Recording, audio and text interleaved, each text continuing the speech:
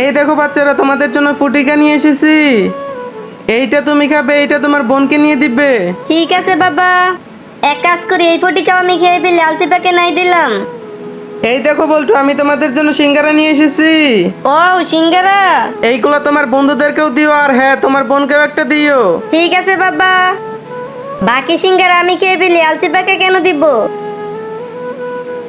বল্টু, কালকে দেখলাম তুমি ফুটিকা একাই খেয়ে ফেলছো, আলসিপাকে দেওনি।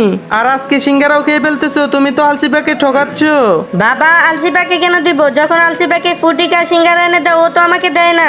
ও আচ্ছা, এই কথা, চল তোকে দেখাচ্ছি।